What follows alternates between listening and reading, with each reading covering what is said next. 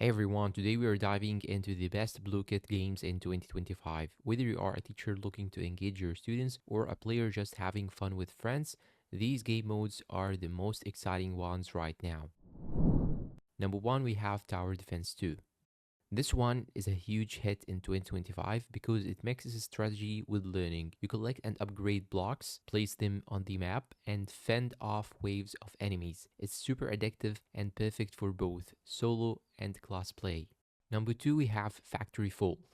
It's fast and frantic. Players answer questions to drop blocks into factory bins and rack up points. It's easy to learn, great for quick review rounds, and students love the satisfying drop mechanics. Monster Brawl. Then we have Monster Brawl. If you are into battling and upgrading characters, this is the game for you. Players fight in real time, level up, and see who comes out on top. It is one of the best choices for pure fun after a quest session. Classic Gold Quest.